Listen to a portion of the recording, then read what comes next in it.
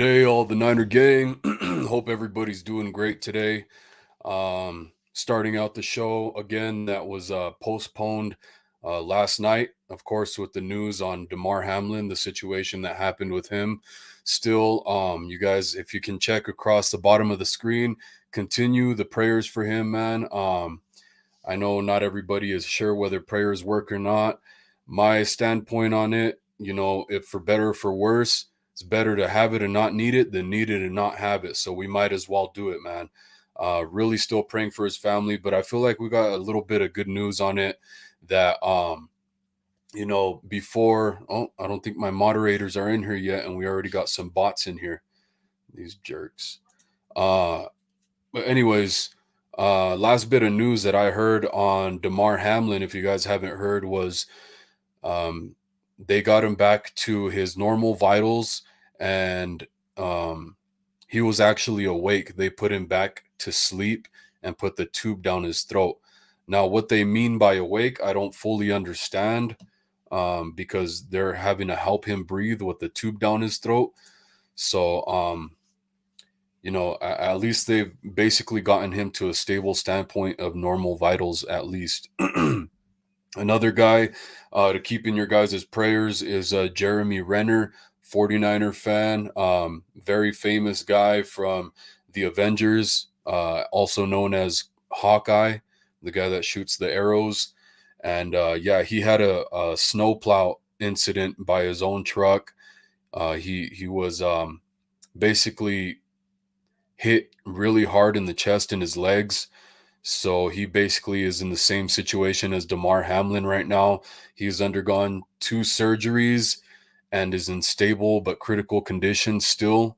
So prayers out to both of those two guys, man. Like I said, I canceled this stream for last night.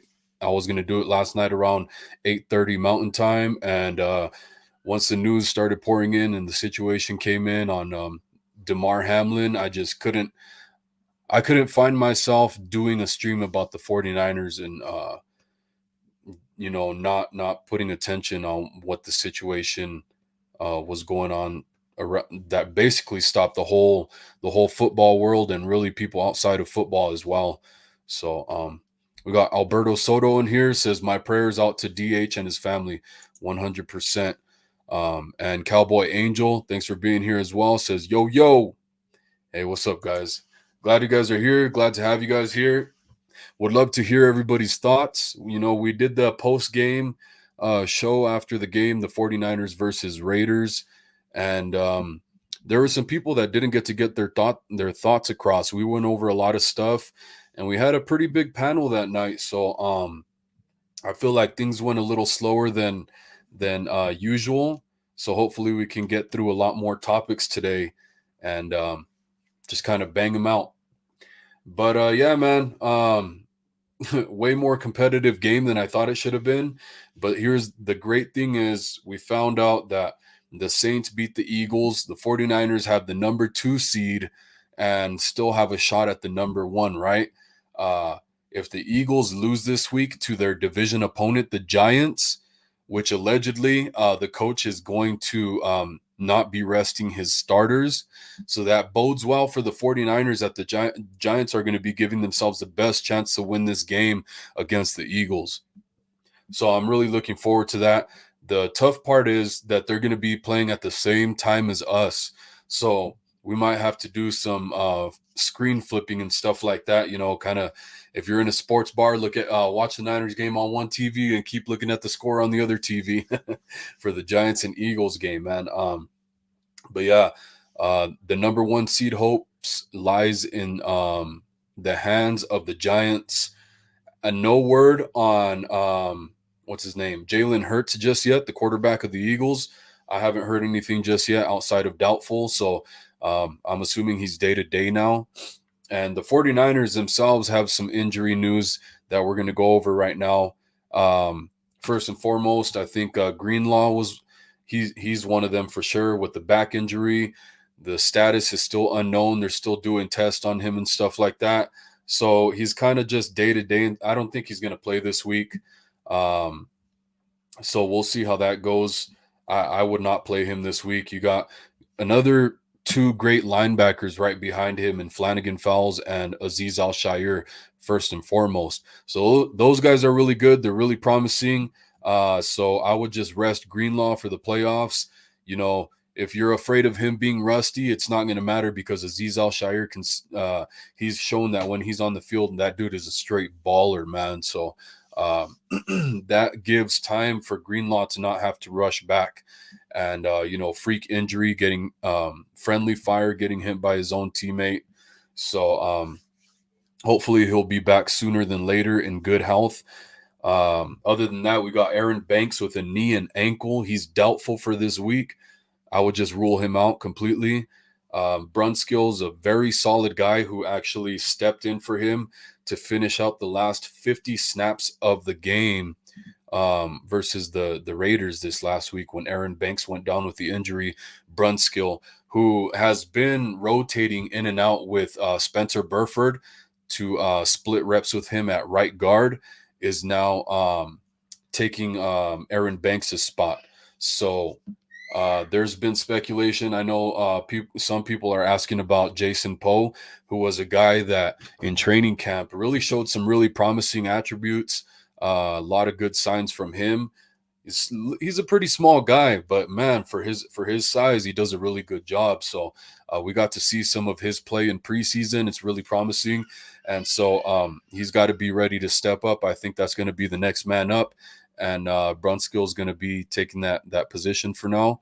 And but yeah, I think Jason Poe, they're probably going to mix him in there, so we'll get to see what he's got. And then Aaron Banks, we should have him back for the first round of the playoffs, which is promising, especially if we have that first week bye. CMC had a mild, quote unquote, mild ankle sprain. He's day to day. At this point, this guy is so crucial to our playoff run. He's such a difference maker for this offense that I would just rest him against the Cardinals. Let TDP and JP Mason step up to the plate. Even Tevin Coleman, when Tevin Coleman's been in the games, when he's had his number called, man, that guy has performed. So activate Tevin Coleman. Let CMC, don't even dress him.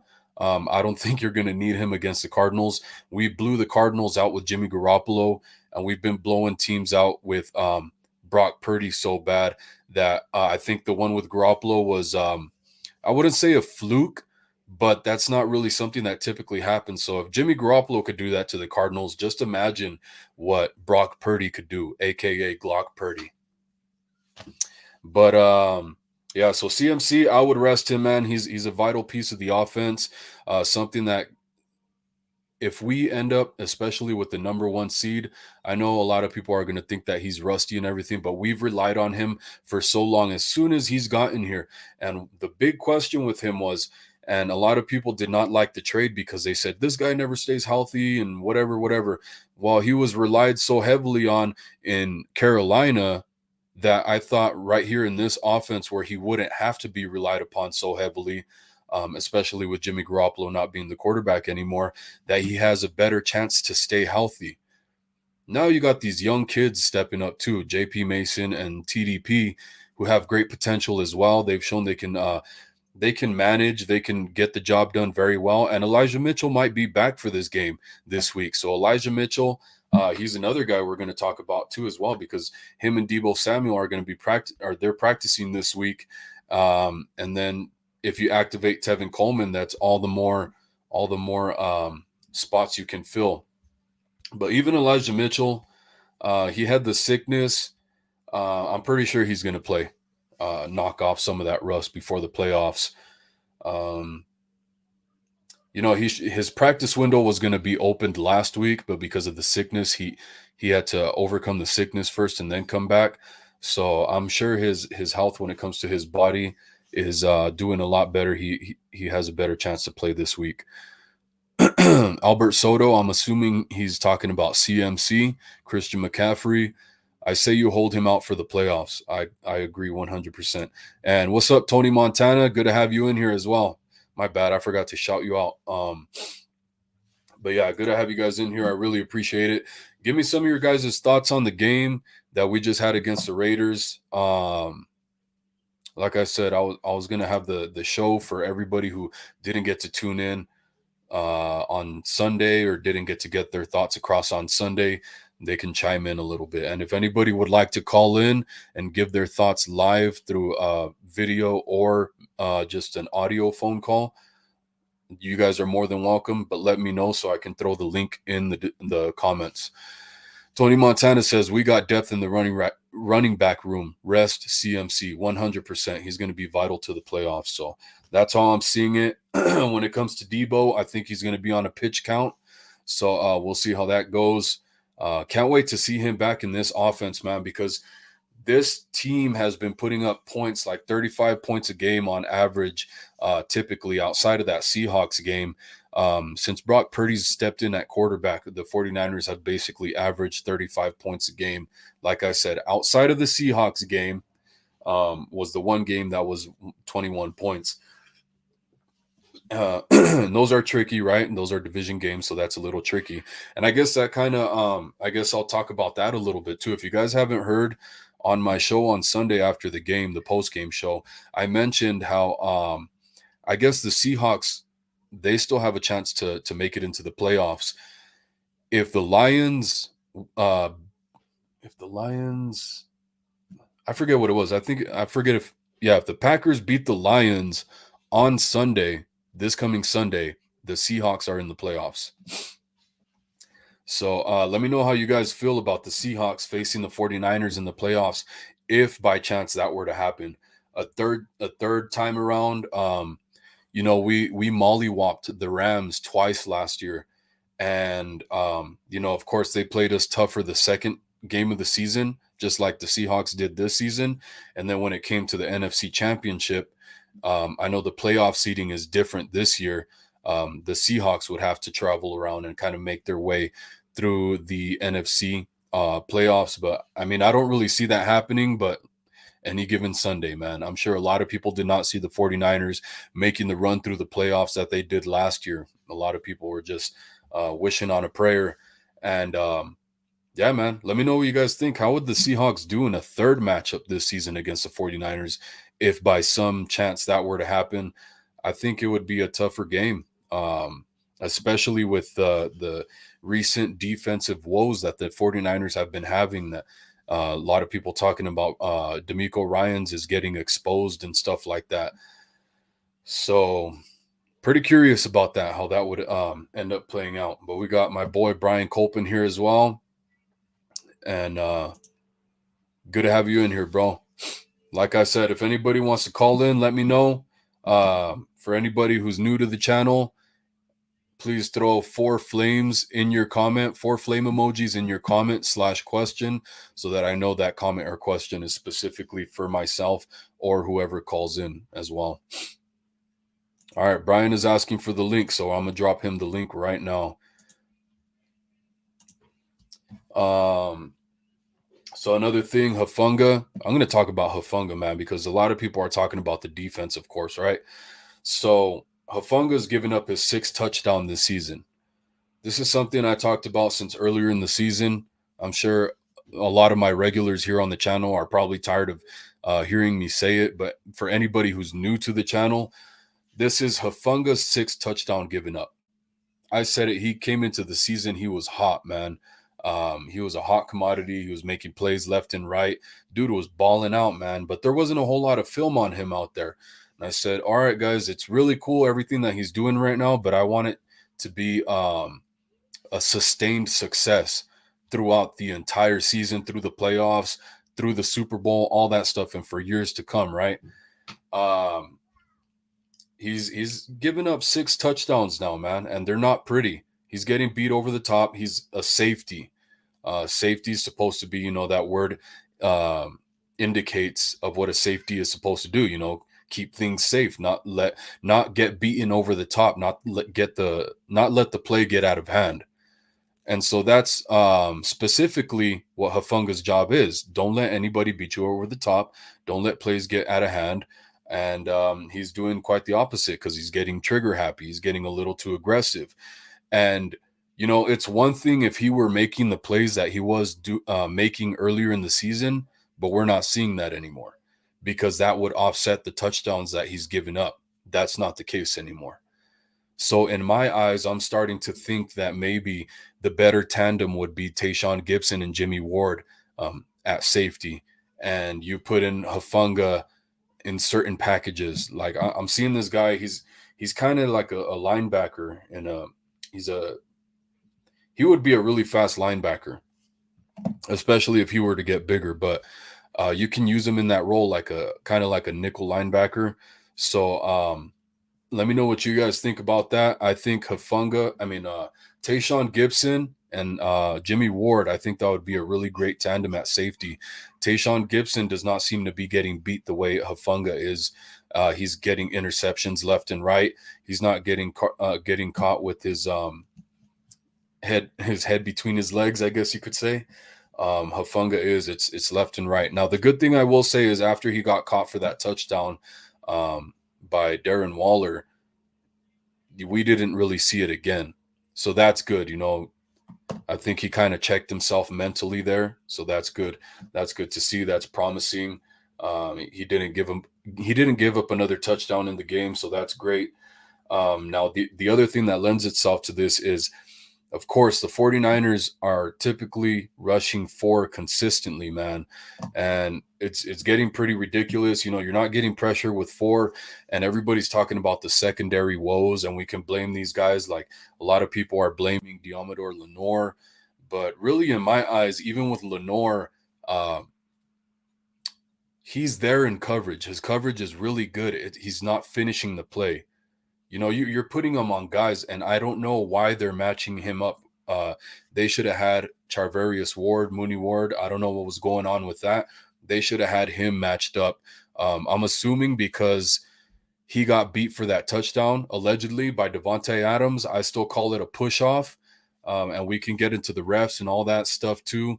The officiating of the game I thought was pretty ridiculous, but I saw in that touchdown, you're supposed to review every touchdown, so I don't know how they didn't see the push off that Devontae Adams had on Mooney Ward.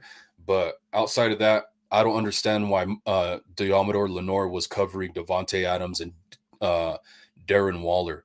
Those guys are like 6'4", 6'6", and Lenore's 5'10", 5'9", depending what day it is. So I don't understand the matchup to begin with, but his coverage was really good. It's just he got outbodied, man. Those guys are way bigger than him. I'm gonna bring my boy Brian in here. Brian, you ready? I'll give you a second if you're not ready. Ready? All right. Yo. Hey, how you doing today? Doing pretty good, bro. Still snowing out here. The roads are really slick, even in 4-wheel drive, but it's a beautiful day. Just still got, of course, Damar Hamlin and Jeremy Renner and my prayers and thoughts, so that just waiting on updates on that, but outside of that, it's pretty good. How about yourself? Yeah, I'm doing pretty good. There's only so many days you can take vacation, and there's only so many days, that you have. So today was that great day. I'm on vacation, so Hell um, yeah, man. I'm That's what's up. I I'm wish I would have known sooner because I would have specifically scheduled a show with you if you wanted to, but dude. this is cool too. We just have to email each other. But Yeah. no, really quickly to jump on what you were saying about like the playoffs. Uh-huh. Can you hear me? I'm gonna talk a little bit louder if you can. That's better. That's better. Yeah. So if the Packers win, they're in. Totally doesn't Yeah. matter. Yeah. But if Detroit, because Detroit's going to play the Packers, if they win, they need the Seahawks to still lose to get in. So the Seahawks need a whole lot of help too. Yeah. So more than likely, if we're the second seed, we're playing the Packers week 1 in the playoffs. And how do I feel about it? Yes. I feel pretty good about it, man. I feel like we mollywop the Packers no matter what happens. Aaron Rodgers, we are his kryptonite, but with the way the defense just looked, and after the Commanders game is starting to look like a trend, same thing that happened to Robert Saleh, and this would be a home game for us, so Rodgers would be a lot more comfortable. It's not going to be in the snow like last year's playoffs. So I think it would be a hard fought game. I could see like a 24-31 49ers win, hard fought battle, like I said, because the Packers do have a good defense. So that would be another thing you have to look at. Kind of evens the tables a little bit. What do you think? Yeah, I think if the Packers come to the 49ers, they have a big advantage. They have a major advantage. It's not going to be frozen. I think when the weather's in Lambeau, it's more of an equal, factor for both teams. It slows both teams down.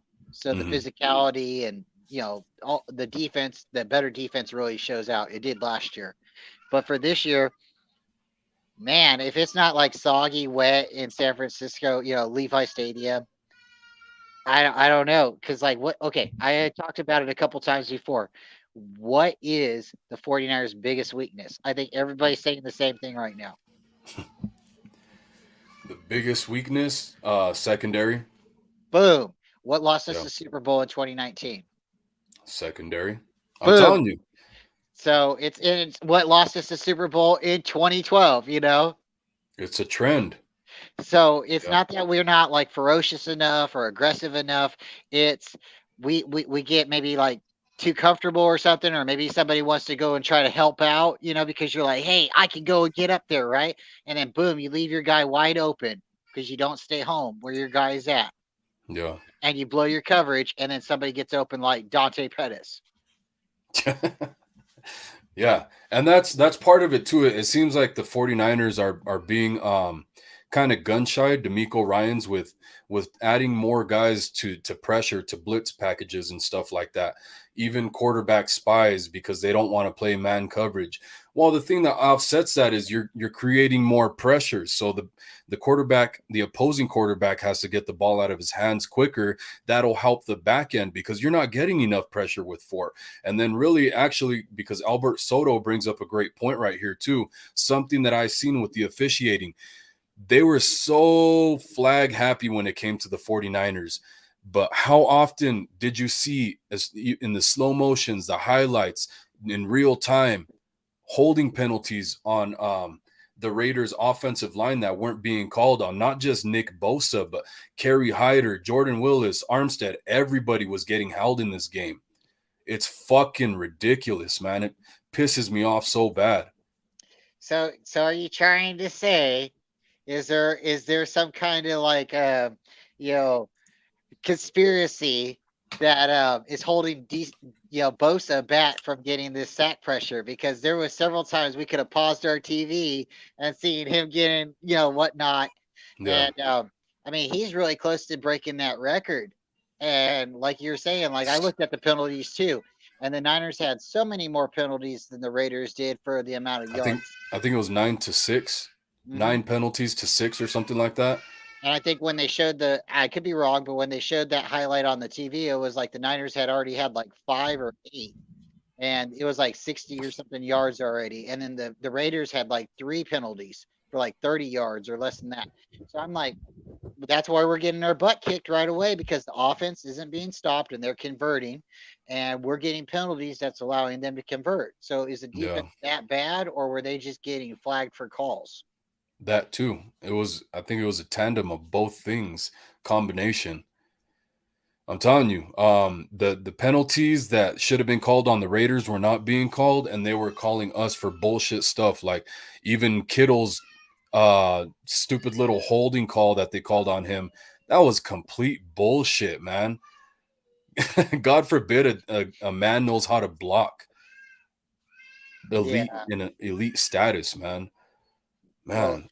sometimes, opening up your mouth and saying what you feel politically, will stab you, in your back financially, you Oh know, yeah. moving forward, going for a job or, all Yep. kinds of different things, and sometimes it's best to keep that. That's why I've said it Close before, to heart. sometimes if you post something about Twitter, you should really just think about really what you're trying to say, because when you start saying stuff politically or religious, I believe however you want to believe, you should say it and you should feel it. But sometimes with these players, and this is what my point, maybe these players shouldn't have social media. Maybe that should be in their, like their clause or something like that. If you're going to be on social media, it's got to be all hyphy about the team and stuff like that. It can't be negative. It can't be political. It's not about your religion. It's about the team. If you want to have like a social media where you're talking about your tattoos and you're talking about your lifestyle and stuff like that, Yeah. that's something totally different. And Yeah. it's not like, oh, thug, or pretty boy. It's or it's it's lifestyle, and really it's not the name on the back, it's the name on the front. So yes, we want to know these players better, and we want to know like where they're from and stuff like that. But when these players are posting stuff and they're now not getting the Pro Bowl votes, or they're not getting the votes for other things because Yeah. it said they want this president or not, I don't agree with that. So Yeah. No, that was something that I don't know if you guys heard Hafunga talking about that.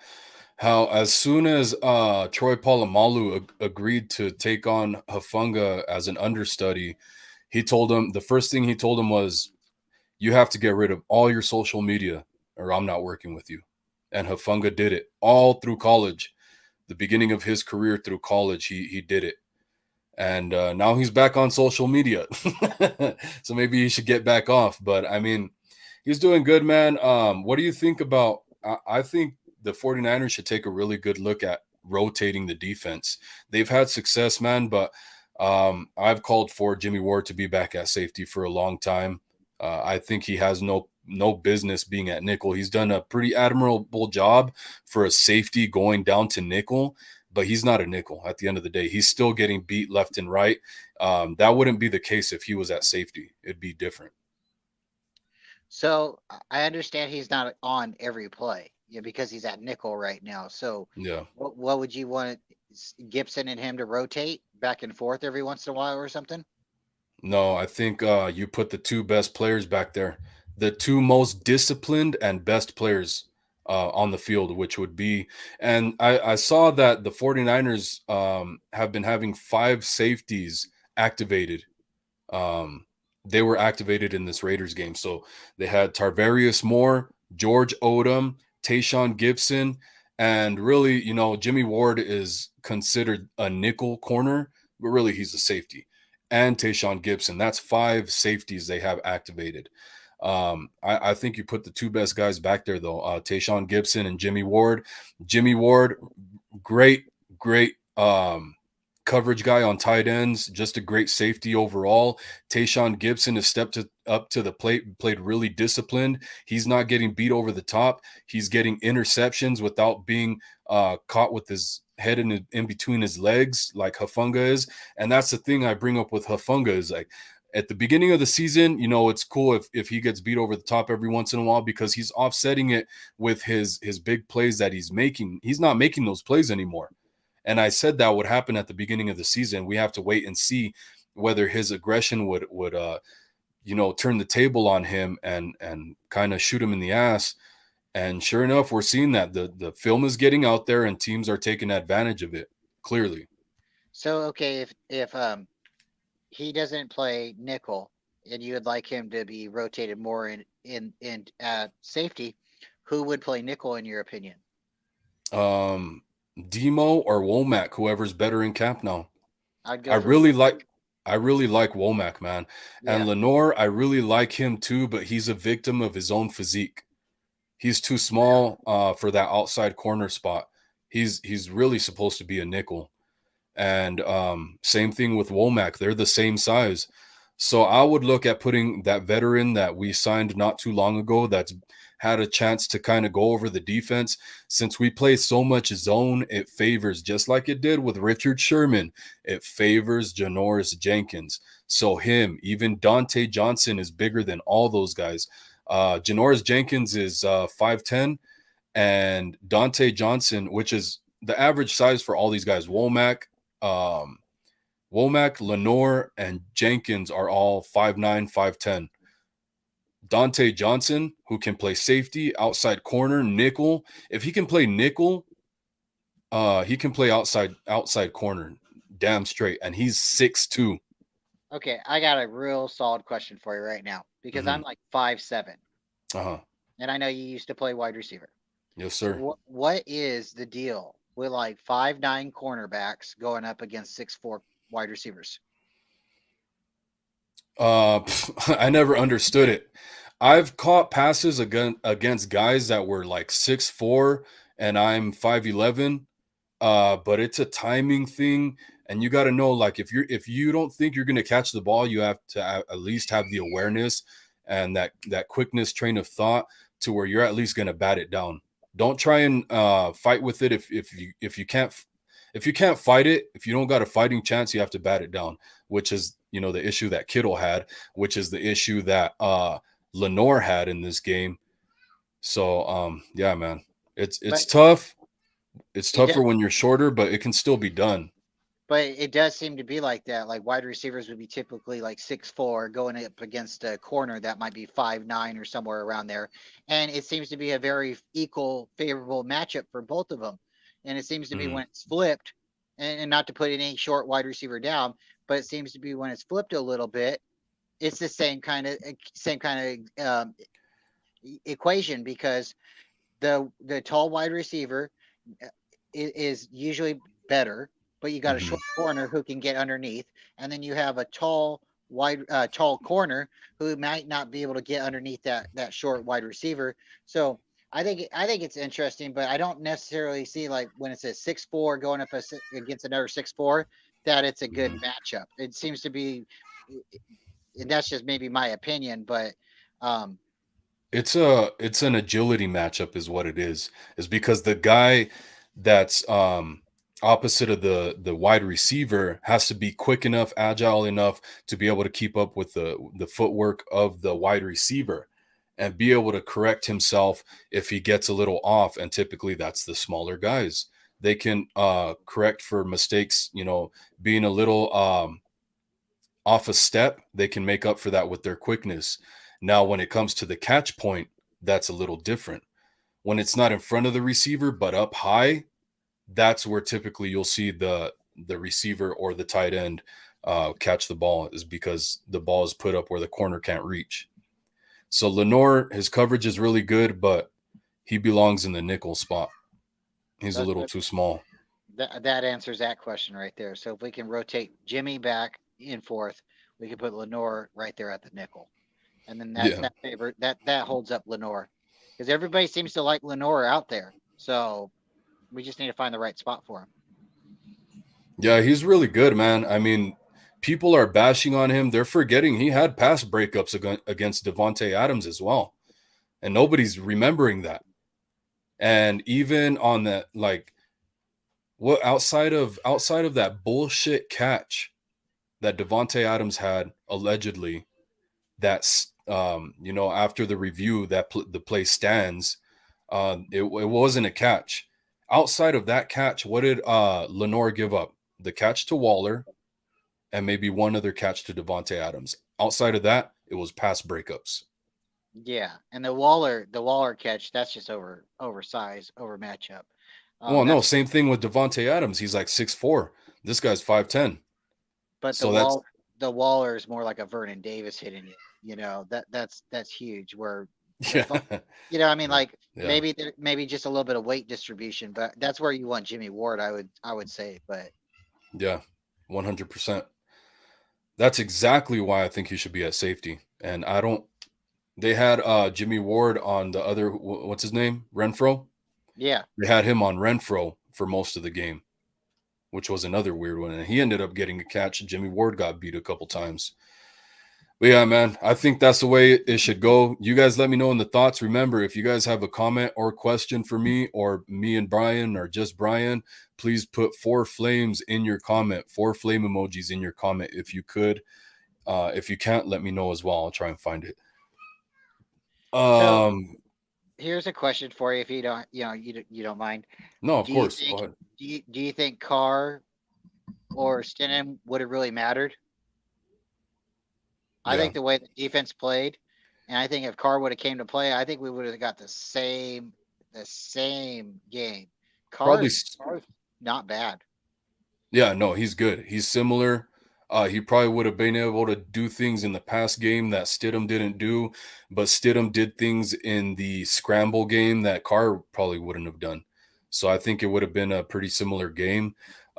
Like I told you guys before the game, I watched Stidham's highlights, and he reminded me of Marcus Mariota, the way he could play throwing on the run and his Yeah. mobility.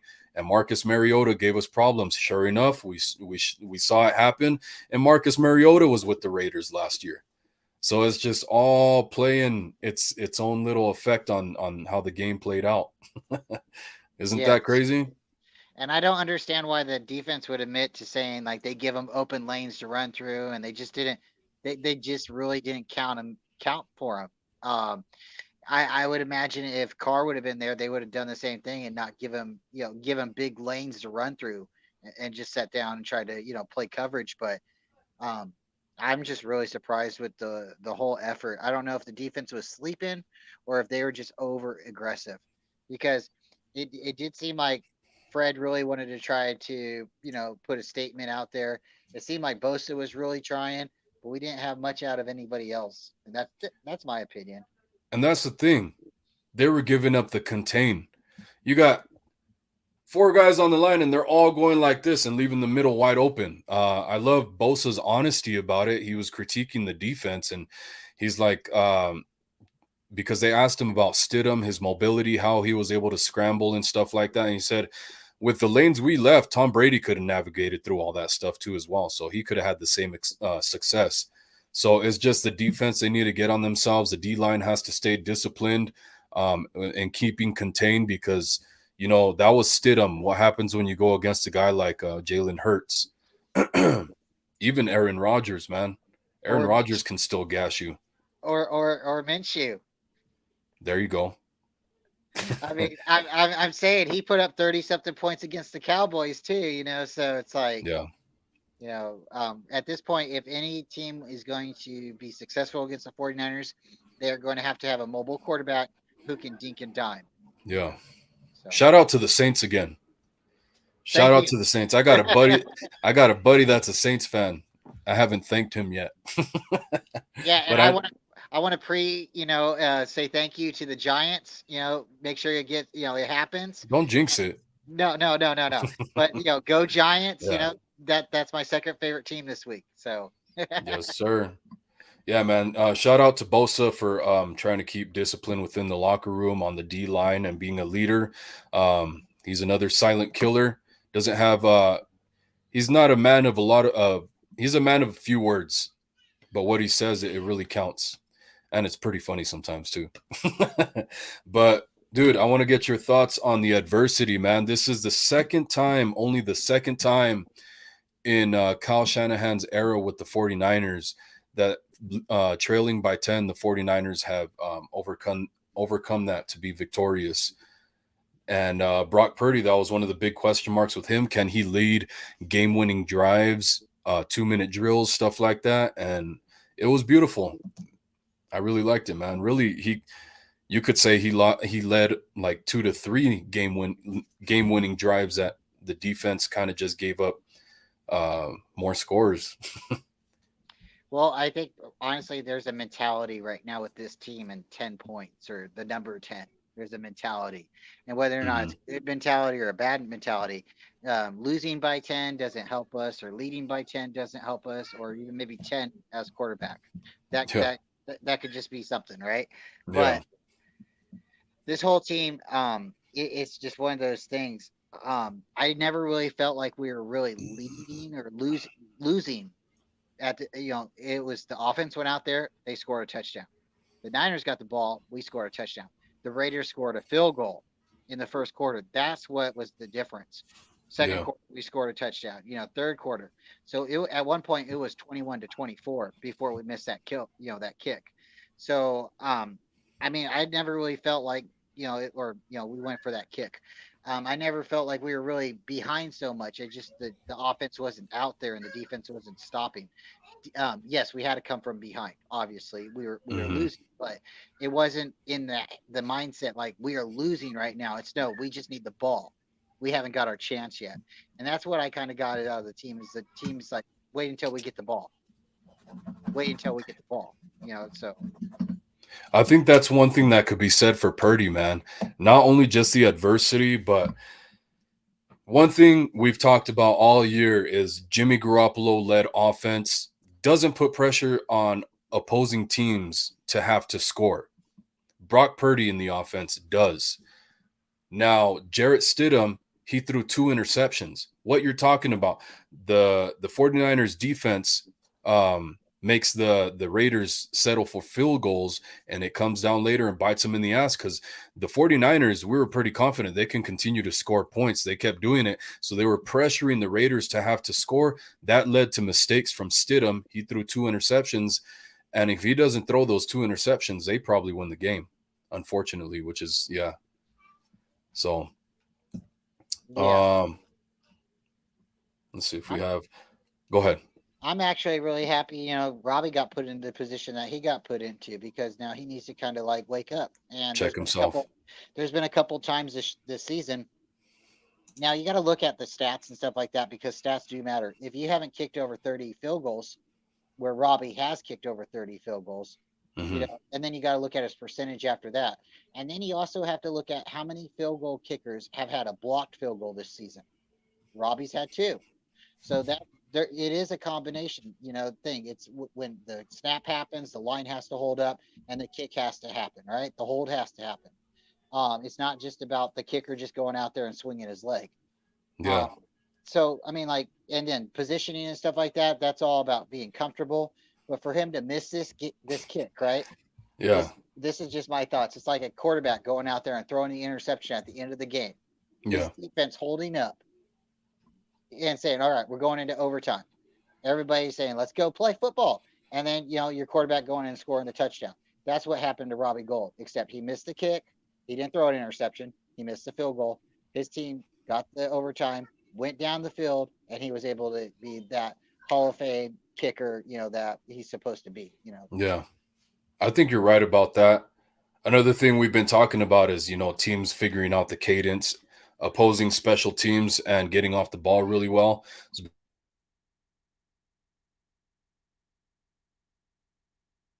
been putting a lot of pressure on Rob. Your thoughts on the last kick of the game-winning field goal?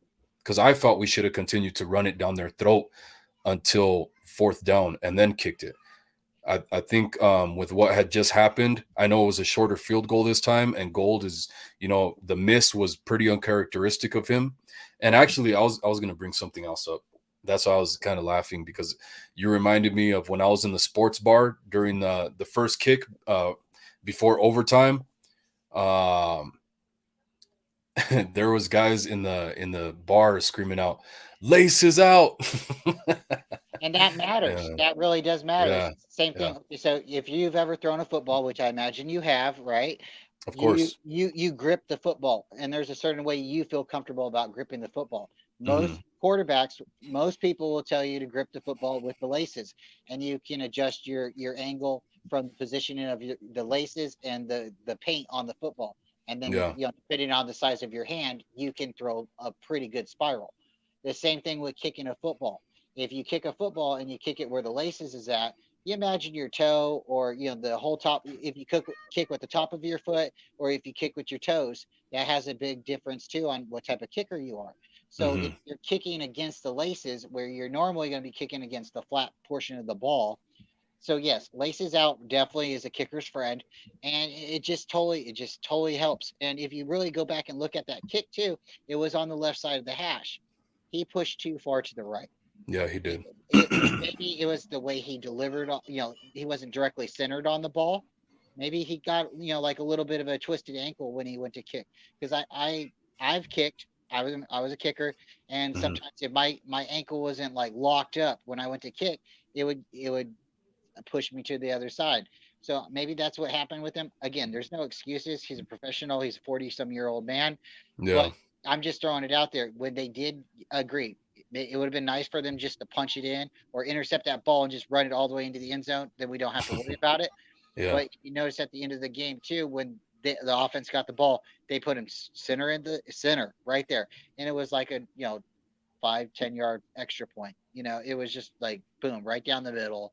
He didn't have to worry about nothing, and they said just kick straight, and he was good as gold. Well, it wasn't so much. Well, okay, first of all, like you're saying, there's variables. You don't know, in the grass, sometimes a player's knee goes down and creates a pit in the grass, and maybe he stepped in the wrong place and kind of threw him off. Who knows? Like you said, though, he's a professional. He has to overcome things like that. But sometimes little things can throw you off like that.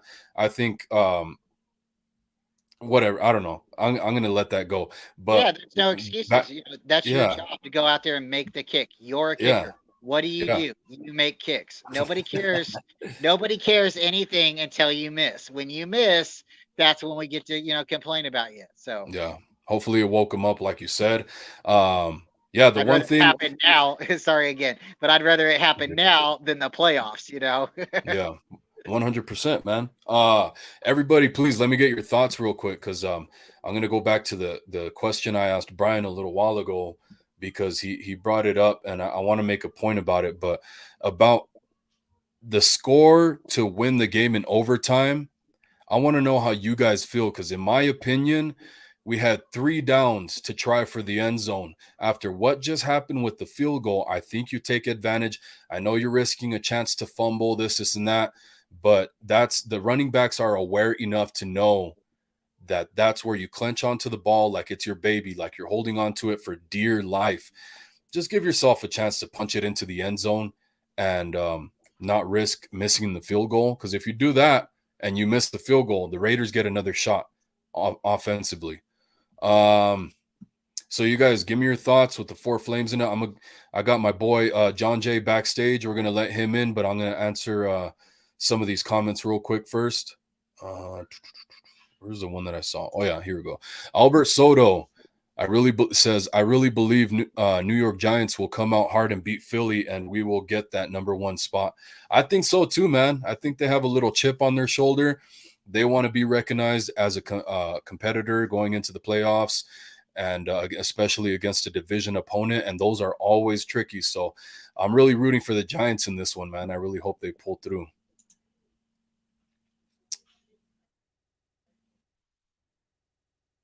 no, Any thoughts on? I don't believe he's a better quarterback than Carr. I think Carr would have had just as good of a game against the 49ers. I think Oh, I was talking about the Giants. I'm sorry. Yeah. No, I totally said that earlier. I don't want to be. Segue.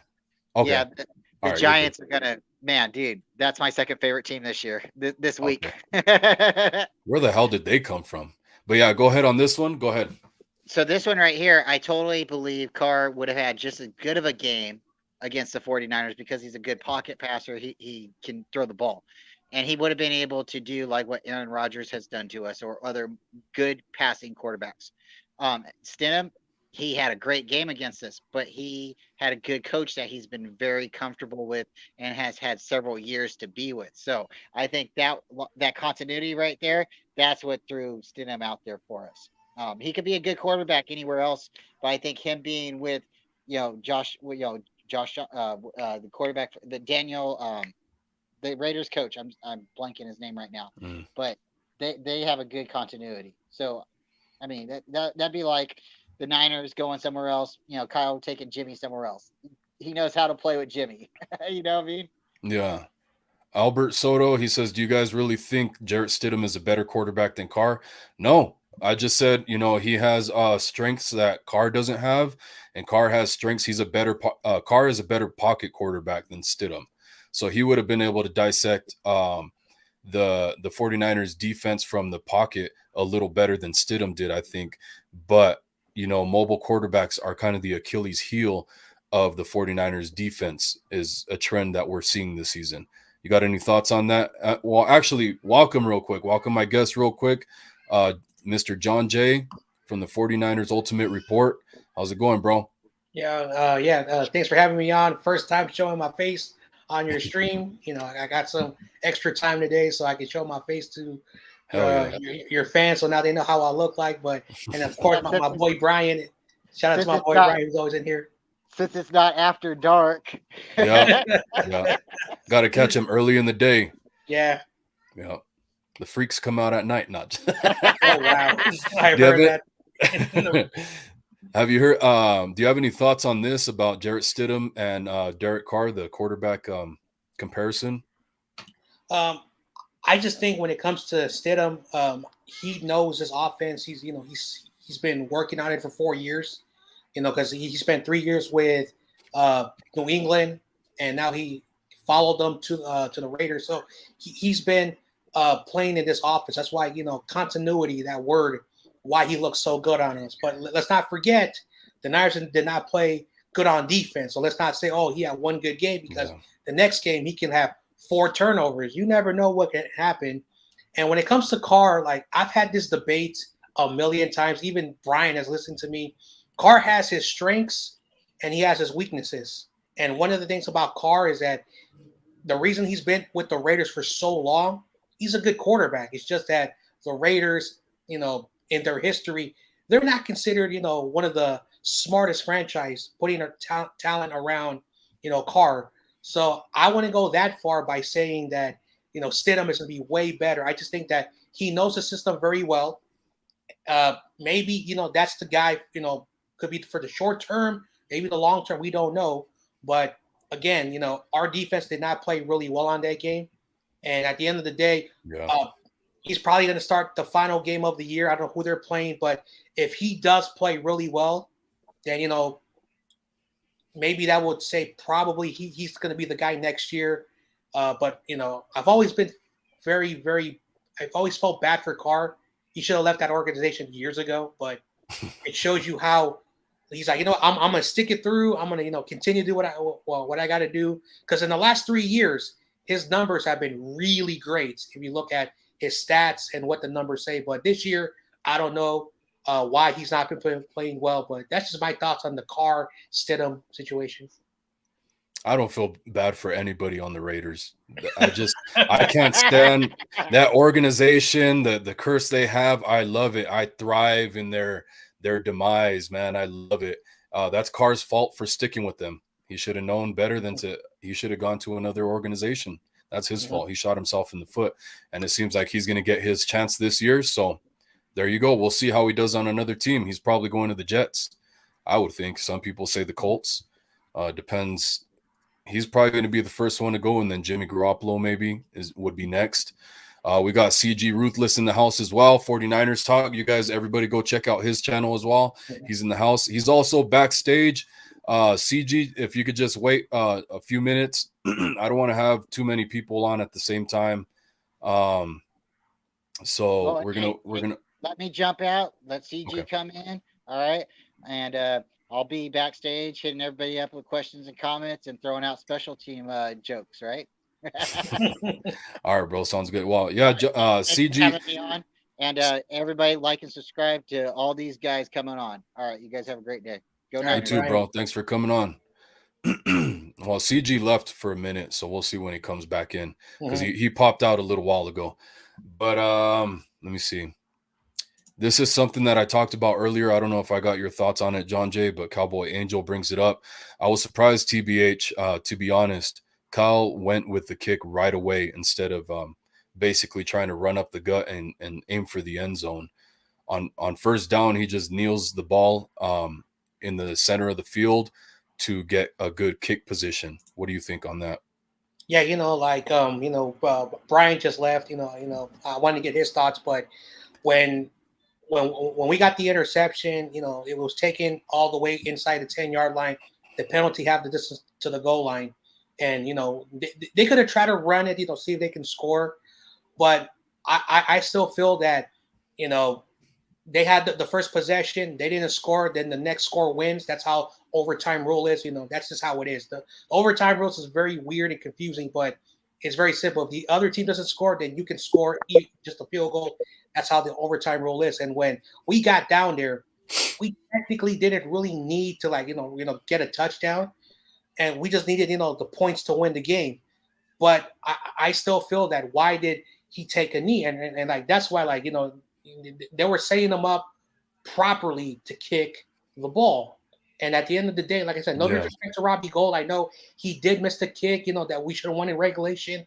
It is what it is. But when it mattered, when he got that second chance, he knocked it in. So that's just my thoughts about the Robbie Gould kicking, all that stuff. That's just my thoughts about that. Yeah, that kneel down should have been saved for third down, if anything. But I want to welcome CG Ruthless 49ers talk to the show, guys. Everybody give him a warm welcome as well and go check him out. CG, how are you doing today, bro? And thanks for joining us. Not much, man. I had to go back in and out because I guess the laptop was acting kind of like strange on the something. But yeah, dude, Robbie Gold, I can't trust that damn kicker. Like, dude, when can we just go for it? Like, get aggressive for once, man. Like, dude, we had 2 more tries to at least try to go for a touchdown, right? Yes, sir, 100%. Could have That's just my ran it with thoughts. Mason. Could have ran it with Mason, and maybe that would have been his 2 touchdown performance at least. Yeah, Mason, TDP, 2 bruisers, man. At least give your shot. After just missing that field goal right before, give yourself a shot at the end zone, just putting it away. The running backs are going to be, aware enough to hold on to that ball for dear life first and foremost. And then on third down, you can kneel down in the middle of the field. But yeah, at least third down's understandable, but they did it on on first down, then it just down. Yeah, it's ridiculous. But John Jay, let's go John Jay, and then we'll go CG. I want to get your guys' overall thoughts, couple days removed from the game now that we've kind of had some time to digest it. How do you guys see how this game played out? Yeah, so for me, like the first reaction, after you watch the game, it's always very like emotional. Like you get invested in the game, and you're just like blame. You want to blame, and then that's why, for those who watch my show, I have the show Monday Reaction, giving 1 day to process everything. And now it's been 2 days now to look back at the game, and after looking at what I saw in the last couple of days was, again, I'm giving the Raiders credit. They came out there and they punched us in the mouth. They said, you're not going to beat us like all the experts saying that, you're going to run down our throats. And they basically led at halftime. And then they took a 24-14 lead. The Raiders came out to play. The Niners, I think when it came to the defense, again, I still criticize the Miko in the secondary. Why was Lenore on the wrong guy? Devontae Adams is still considered the best receiver in the NFL for a reason. And you cannot put your weakest corner. And again, Jimmy Ward, I said I was wrong. He's not a nickel corner. I was wrong. They got to put him back at safety. He does a better job there. When he was at the nickel corner, that 60-yard touchdown from Devontae Adams, he was out of position. So at the end of the day, again, we got to give what credit is due. Stidham and the offense tore us apart. And even Nick Bosa said, we gave him too many lanes. We gave him so many openings. We didn't rush him the way we did the week before.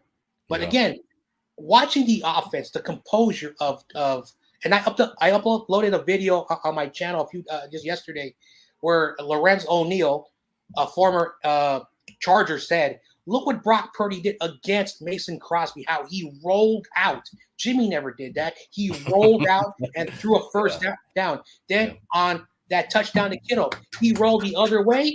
Kittle had a few players on him. He still dumped it, scored a touchdown. Man, that was beautiful. That this kid has. And I like Trey Lance. I just feel bad for the situation he's in. But Brock Purdy's the real deal. That's the way I look at it. And after I watched it already 2 days, this offense is more scarier. And guess what? For all the other teams, get ready. Brock Purdy is legit.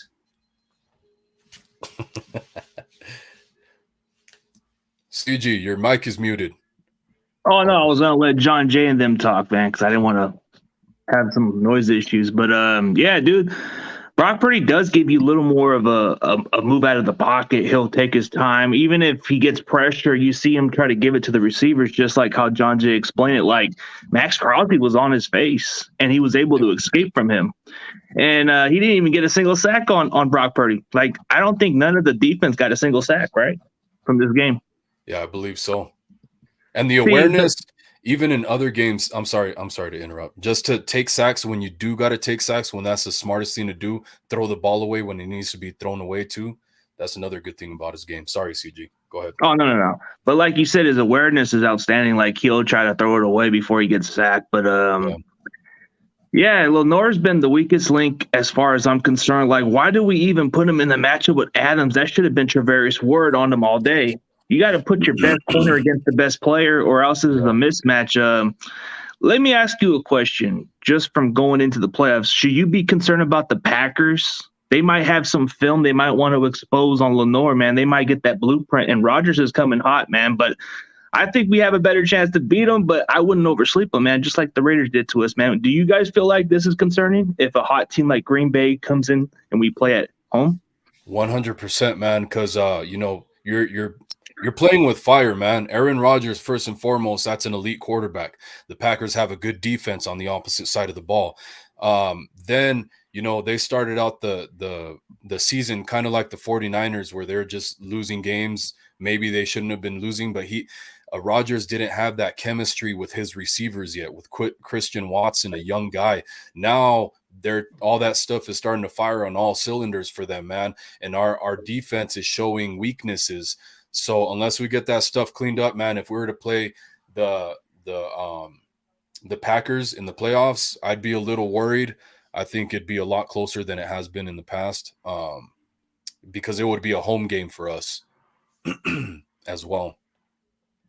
Yeah, we got to clean that up because the best way to beat our defense is those quick passes.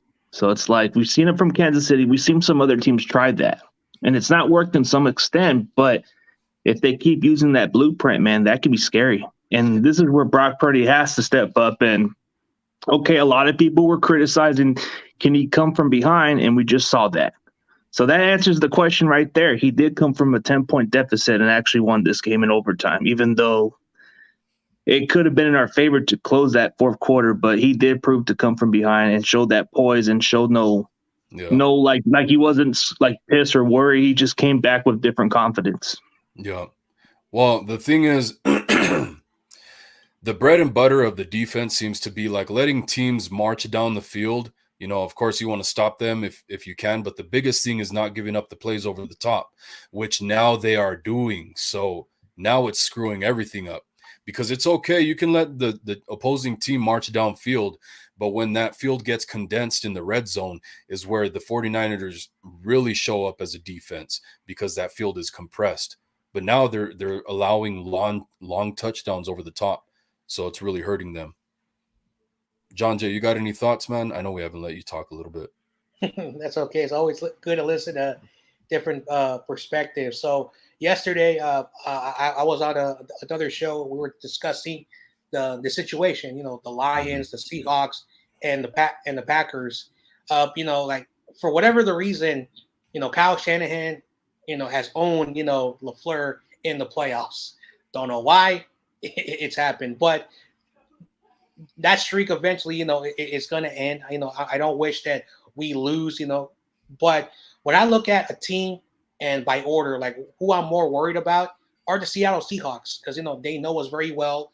Last year when we were in the NFC Championship game, we swept the Rams and we lost. It is what it is, that roll of three.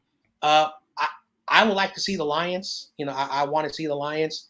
And my second team that I do want to see is the Packers. I think the easiest road for us is against the Lions. I think the toughest road is against Seattle.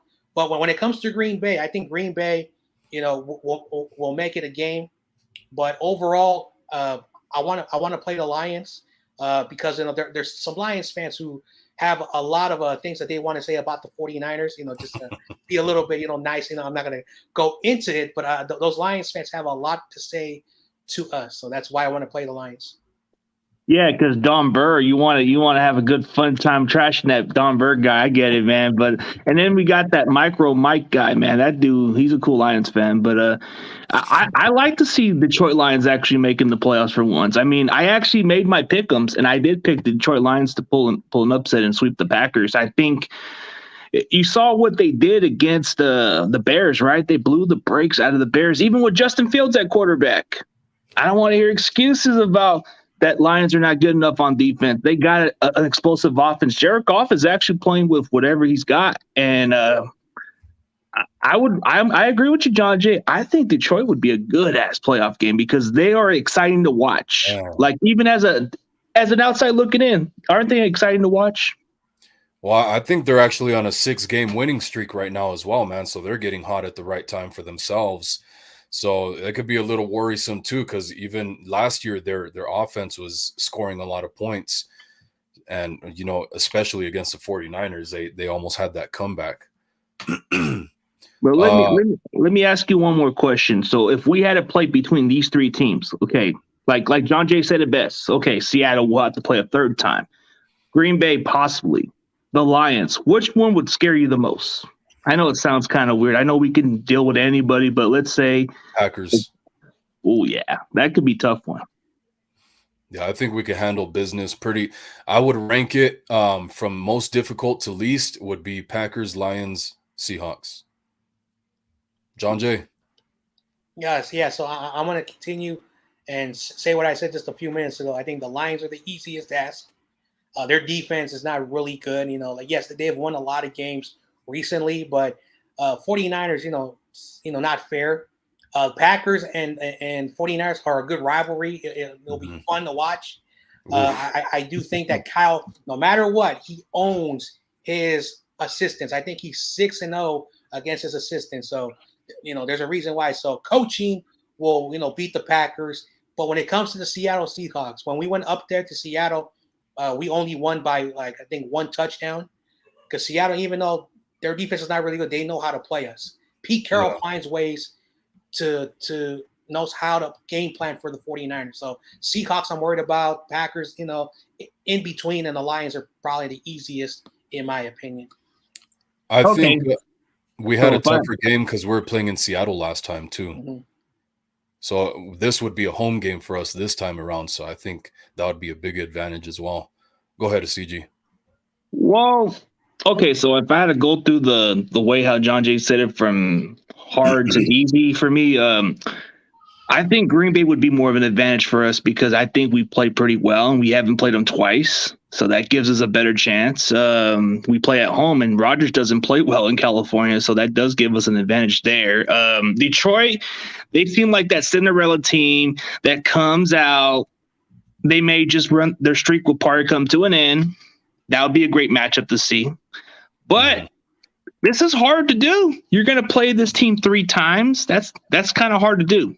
Yeah. Seattle's been they've been a thorn for us for years. Yeah. I would not want to play Seattle. It's just you can't beat a team 3 times in a season. It's been rare. We couldn't even do it to the Rams. We all have a different order. That's good. That's good.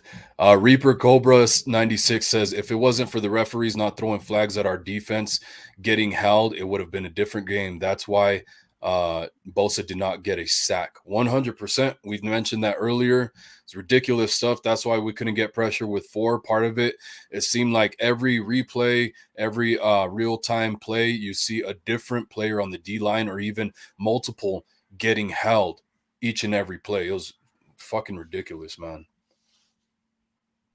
I saw that chokehold by the tackle from the Raiders. He actually chokehold Samson Ebicom. Like he put him on a submission or hugged him. I'm telling you. Yep.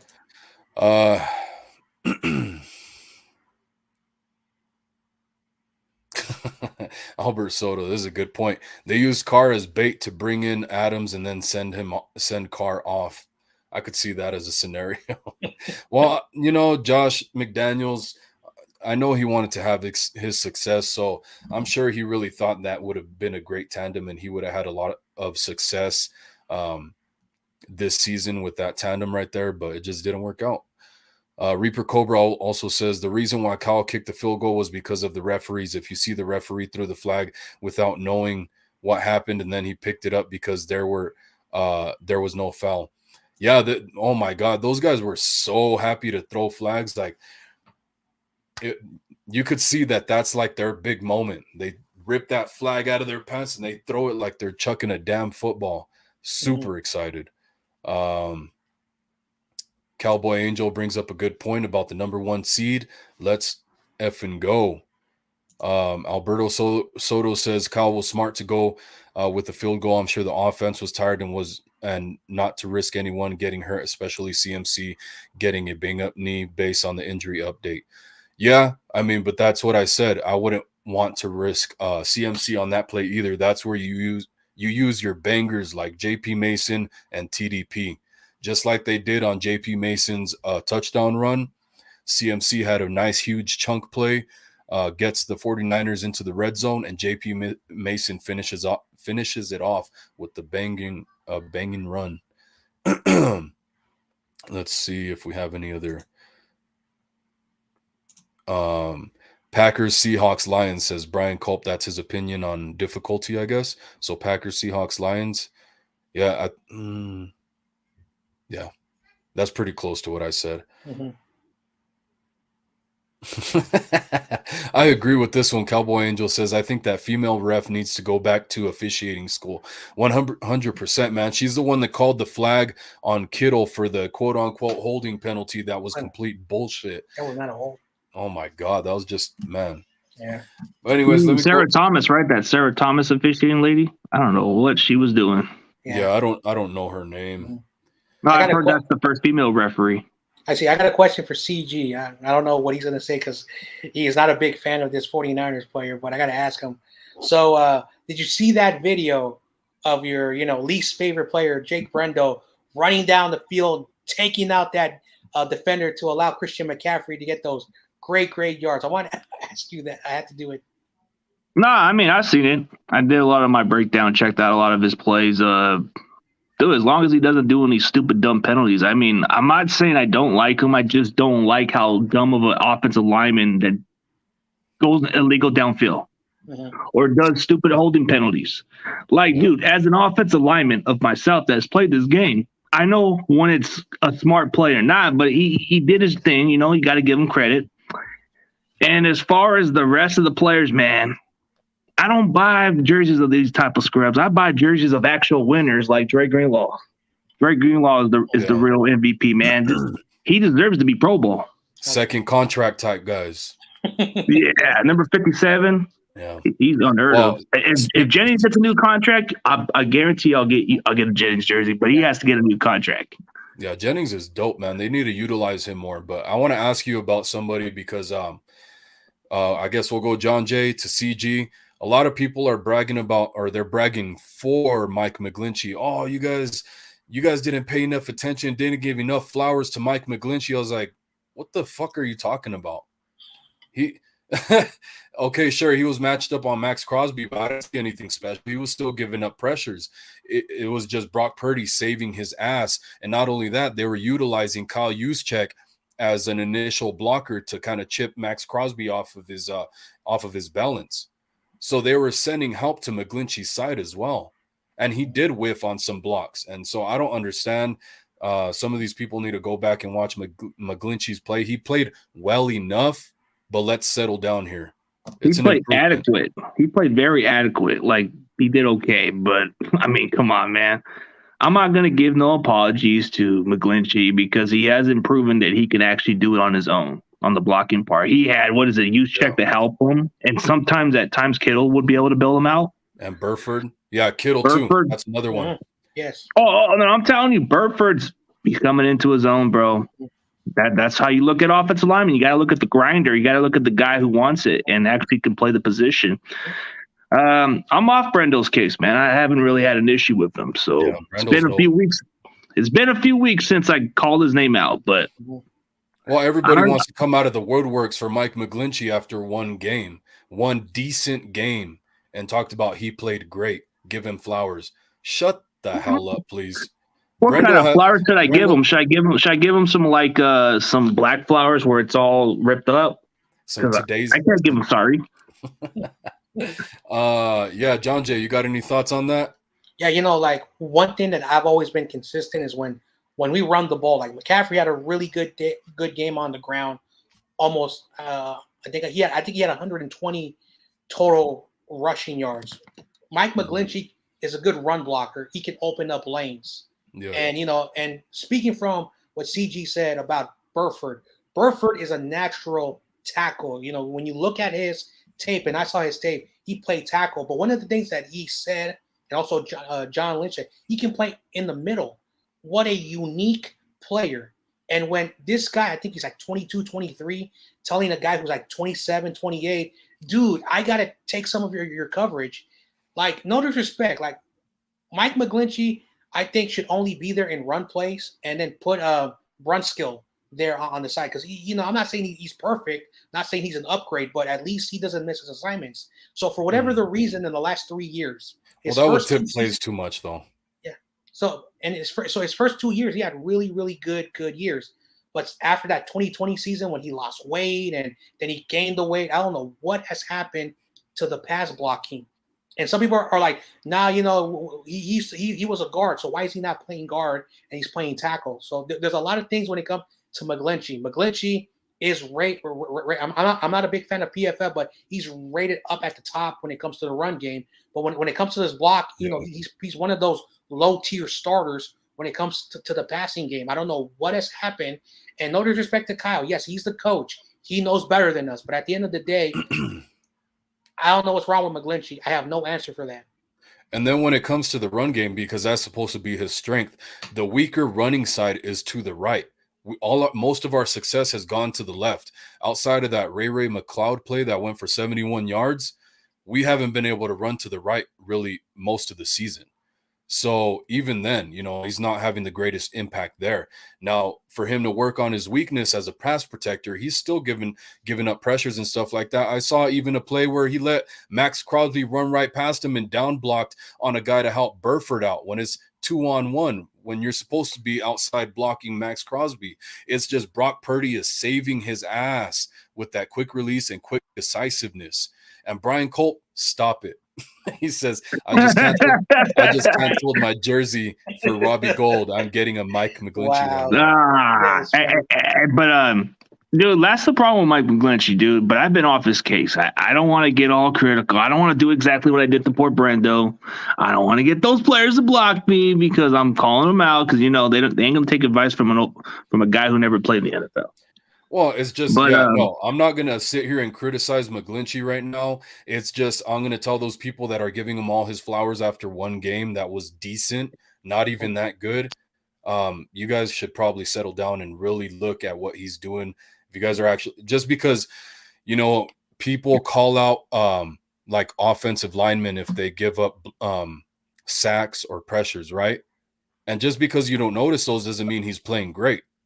So that's my point. Let's settle down a little bit. I know. Settle down on McGlinchey a little bit because I've seen his moments. He did well enough in movement. Yeah, I did enough work on Brendo, so Brendo took my advice. Congratulations, Brendo. Just I'll leave you alone. And here's some really good numbers that no one gets to see. Is that when it comes to penalties. He's ranked in the top 10 with penalties, Mike McGlinchey. And basically when it comes to sacks, he's 22nd in the league, meaning that when it comes to passing, he's giving up sacks. And when it comes to penalties, as a top 10, right tackle, he's up there, 8th in the league. So like, these are the numbers that fans don't get to see. And everyone says, oh, but offensive line players don't get stats. Yes, they do. It's just we don't see those stats because you get PFF scores and all that stuff. It's the blocking stats that everybody looks at. Like when you're graded like as a top like lineman at your position, like how they have the grades of like if you're like a 70s, like let's say Burford's in between the 79.8, right? Grade. Not too bad, right? But at least it's a solid grade. But if you had to put somebody like McGlinchey, like in between like the tiers of what is he, a run blocker, right? I think he's somewhere in between the higher 70s or 80s, right? I don't even know. Yeah. Maybe John Jay has it in front of him. Yeah. And I don't at this point, I don't have all the numbers, but I do have some numbers. At this point, I just have mental grades, mental notes that I take as I watch him play. I keep mental note of the snaps and what I'm seeing from him. Like I said, he played well enough in this game. He did not play great. So I just want everybody that's saying that to settle down. And Randy Daytona is asking who's giving him flowers, Lombardi? I can't stand Lombardi sometimes. He gets a little too sensitive with all the stuff if you don't agree with him. I don't watch him. Yeah, but outside of that, I know who he is. Yeah, I know who he is, but I he's don't a Colts fan too because he has that luck jersey, man. Come on, Colts fan. Wow. Well, why? Because he played in Stanford. I'm joking, man. I've just seen a lot of people in comments and Twitter talking about McGlinchey's play that he was playing really good. I didn't see it. DW says bang bang all the way up. Hell yeah. Mhm. And we got my boy Raphael 5629ers in Raphael, here. What's up, my Niner Gang, man. Wolfcast, John J, CG, and everyone. Hope Mhm. you're having a great day. Thank you very much. And everybody, please don't forget to like and subscribe. I am having a show later. I'll talk about that a little bit later. Mhm. Because I wanted to talk about something that I think is very important and kind of confusing to me. Everybody, when Brock Purdy came in and he had the success that he had, or is having, I should say, they were talking about how the defense was giving him his flowers. Like, yeah, we faced him on the scout team. This dude was a baller, straight baller. Nothing deterred him. He had played with the utmost confidence. This, and that. Well, the way that Purdy plays, his style of play, his elusiveness, his ability to read defenses, his ability to make off-script plays, throws on the runs, all that stuff, you would assume that would put the defense on their heels and get the best out of them. And why are they showing all these weaknesses during regular season football games? I feel like they should be prepared for this. Let's go, John Jay, and then CG. Yeah, when it comes to the, like, let's be completely honest. Like, the 49ers have always supported the quarterback. They've always said the right things.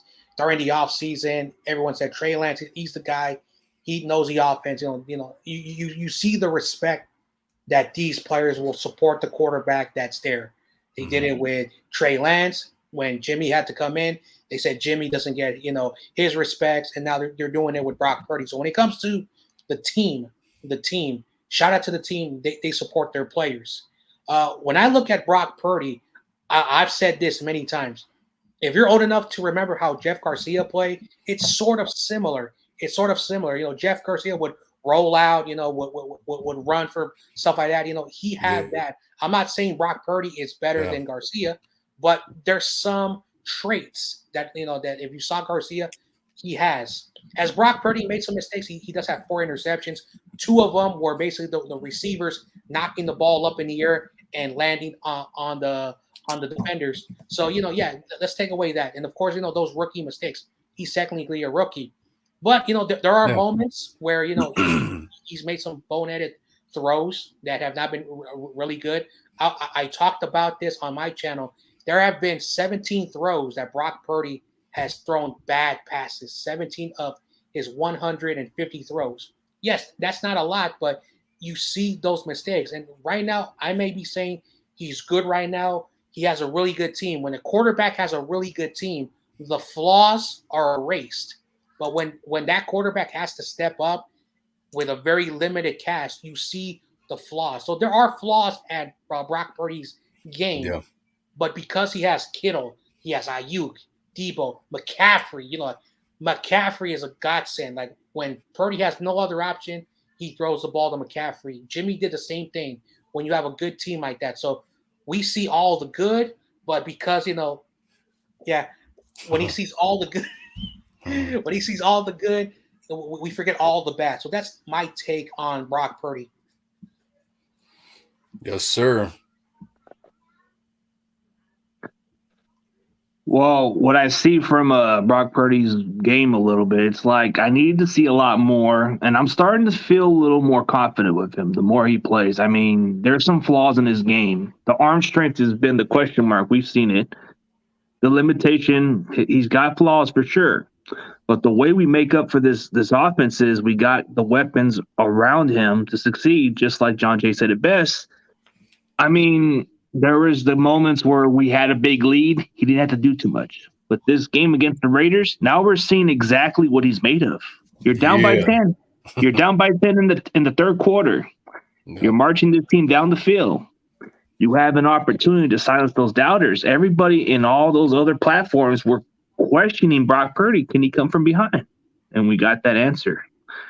There's just those moments. When I see this guy throw some picks, I don't think it's a stupid pick. I think it's just the receivers tip balls, or sometimes those little bit of those misdirection plays. Whatever he was throwing, like the one on Kittle, it was a little late because of his arm strength. He didn't throw it as good as he was supposed to. So you figure it's going to be growing pains. But the closest I've seen Brock Purdy playing up to is like a younger Roethlisberger. He hasn't lost in his rookie year. Like in his rookie year, the only loss he had was the playoffs. People forget about that. But when people put in the Dak Prescott lost games, bro. Get out of it. No. I'm talking about an undefeated rookie. We haven't seen an undefeated rookie since Roethlisberger. And Roethlisberger had some supporting cast, and Roethlisberger went further. But this is unheard of. This is just like they're trying to make a comparison between the Tom Brady when he came into the second year of the league or the story of Kurt Warner. Like, this is like Disney, bro. We don't know what Brock Purdy can be. Movie worthy. Especially if he goes to the Super Bowl back in his home state of Arizona and wins it all. Oh my God. That's got to be a movie. But back to the original question. It was about the defense. Because Brock Purdy, like you guys said, he has his flaws. He's a rookie. He's progressing, man. And, he's been tested now. We've seen him under pressure, and he's performed quite well. You see when he does throw interceptions like the one to Kittle, I think that was out of character, and it just got away from him a little bit, and it doesn't happen so often. It's like the argument I was talking about with Hufanga where, okay, yeah, you're going to make your mistakes every once in a while. You're going to be a little too aggressive every once in a while, but you better have the success to balance that out. And Brock Purdy has more than enough success to balance that out. That's where Hufanga is lacking. But back to the original question was the defense. Going against a quarterback like Purdy, as poised as he is, as athletic as he is, as elusive, all that stuff, I don't understand why the defense is looking how they are. I don't know if they took the week off. Bosa specifically said that they underestimated the Raiders. So that could be it. I said, maybe they're just playing it safe, trying to stay healthy for the playoffs. That could be a thing too as well. But yeah, like I've talked a lot about the defense already many times. Like, we did speak, before, and like, I'm not sure what else I can say about this. Like when Bosa says on the press conference that Tom Brady could have ran and rushed for like 50 yards on us, and for him to say that, Nick Bosa is basically saying that we didn't play well, we played awful. Okay, Nick Bosa, like there were many opportunities where he could have got sacked, but the ball just got out, just perfect timing. And the playmakers got positive yards. I talked about already Jimmy Ward. Like, Jimmy Ward is a nickel corner, but when Stidham was rolling out and Devontae Adams was there, Jimmy Ward was out of place. He felt he wanted to be that single high safety, but because he had to play that nickel corner, he had to give Devontae Adams the space, and there was no single back safety, which was a 60-yard pass. Like, it was just like, I look at it as very simple. Either the coaches took this game and like we're going to beat them, or the Raiders just came out to play. I don't know what happened in that game. I know, I don't believe in jinxes, but at the end of the day, someone did say, "Oh yeah, we're going to lose this game." At the end of the day, when it comes to this defense, I talked about it already for 3 days already.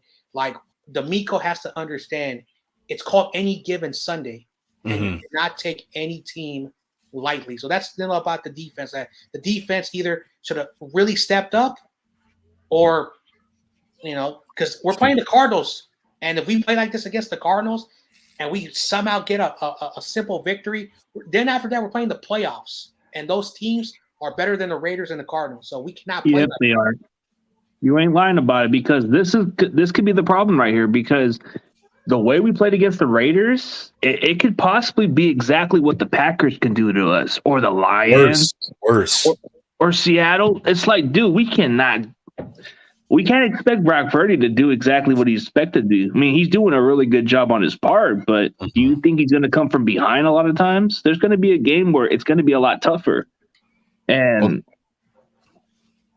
lucky for us, Packers don't have a great run defense, so we should be able to run it down their throats a little bit more. Detroit Lions has like some terrible pass defense. We could definitely exploit that. But Seahawks, you can get as many damn yards as you want, but we cannot make no mental mistakes. 100%. Reaper Cobra says, Bosa said that they underestimated this team. Remember, they underestimated the Cardinals and they lost. Really, they underestimated the Falcons. Who else did they underestimate? They underestimated some people this season as well. Probably the Bears, the Broncos. Are the Chiefs when we should have just played a good game? The Falcons, the Chiefs. Well, I don't think they underestimated the Chiefs. I think they just got their ass whooped. Yeah, that's true. This 100%. good old fashioned ass whooping. 100%. Unfortunately, because I can't fucking stand the Chiefs, but the Falcons were definitely, they underestimated the Falcons. Yeah. But yeah, I think one thing that you touched on, CG, was a really great point. If we were to play any of these guys, make sure we run the ball down their throats in the playoffs. That's a really good formula. Good defense and running the ball really well is a good formula to win playoff games, especially if we end up on the road, if we don't get the number 1 seed. But man, that's really going to piss me off if by any chance we lose to the Cardinals, which I don't see happening. I'm not saying there's a great chance of it, but if it were to happen and the Giants give us the chance, if they beat the Eagles, I'm really going to be pissed, man. Oh yeah, same here, dude, because that would be a bummer right there. We got to win this one. And I'm hearing mixed stuff that the Giants could either bench some of their starters or play them. So I don't know. That's a big question mark. And I heard that Jalen Hurts is going to be playing this week. Probably. So, because he was doubtful this past week.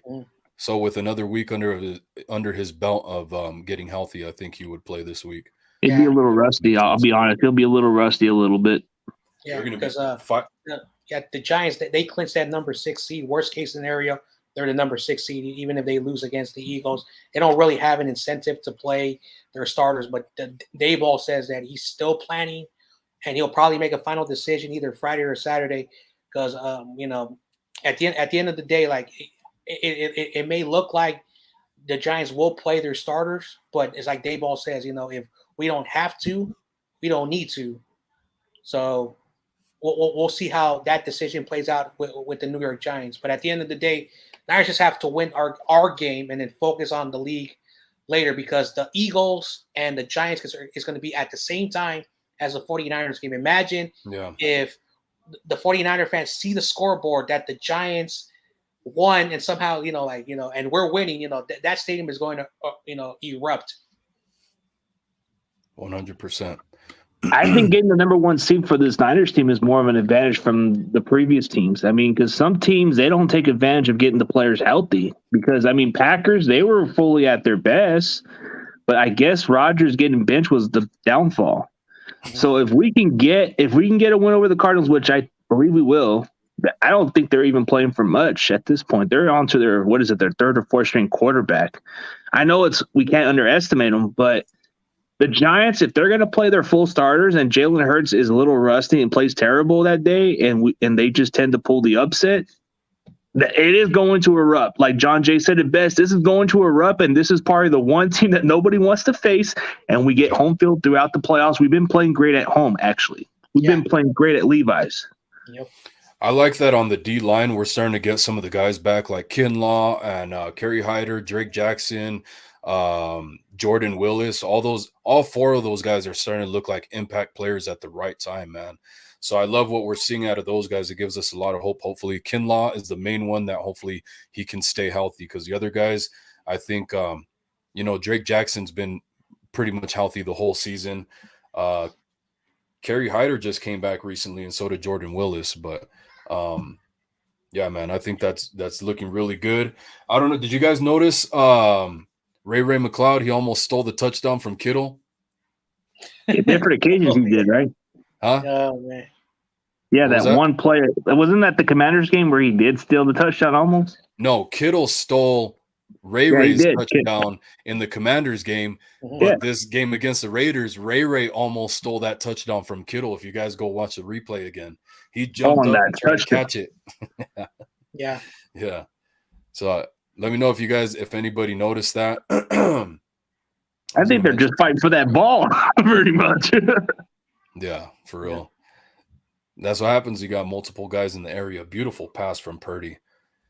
I like one thing that I saw from Kyle Shanahan was I probably talked with you guys about it before. I know I've talked with the audience about it before, that the 4th downs, the short yardage, when Kyle Shanahan tries to get too cute and he kind of just fucks things up, sending Trent Williams in motion and getting a false start, and then the play with Juice and CMC on 4th down. It was like 4th and 1. around the edge, and it's like, dude, just run it up the damn middle. Stop being so damn cute. And we saw it this one. He just directly hands the ball to Juszczyk right up the gut, gets like 3 yards on like 4th and 1 or 3rd and 1. So I like that, man. He's correcting his mistakes, I think, and just keep doing things. You could keep it simple and sweet. You'll have success.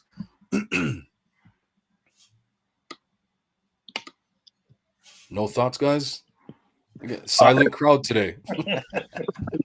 I mean, dude, we just gotta win the Cardinals, take care of that. It's still a possibility we can get that number 1 seed, but I think as far as like a team in general, dude, we'll probably be very healthy at the point of the playoffs. Like if we can get the divisional round, all we need is 3 more wins to clinch that number 6, man. If we can get that first round bye.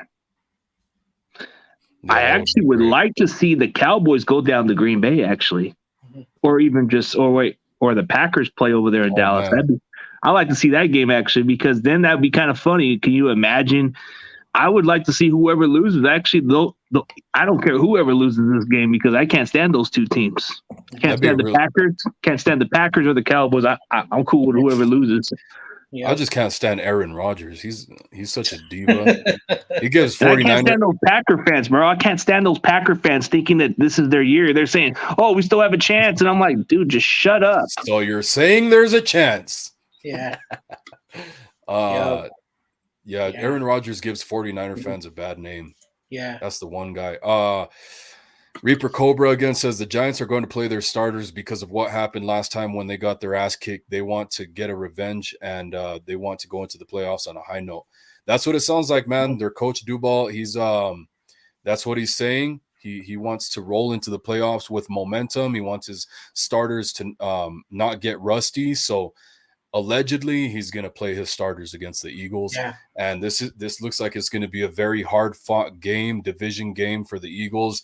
Jalen Hurts is probably going to be back, man. So it just sucks that they're playing at the same time as the 49ers, so we don't get to see that one. And we still have yet to – you know what? We should actually talk about something real quick if you guys are down.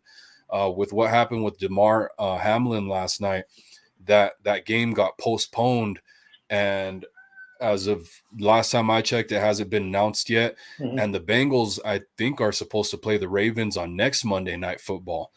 So I'm wondering if the NFL would be willing to postpone the entire playoffs by 1 week.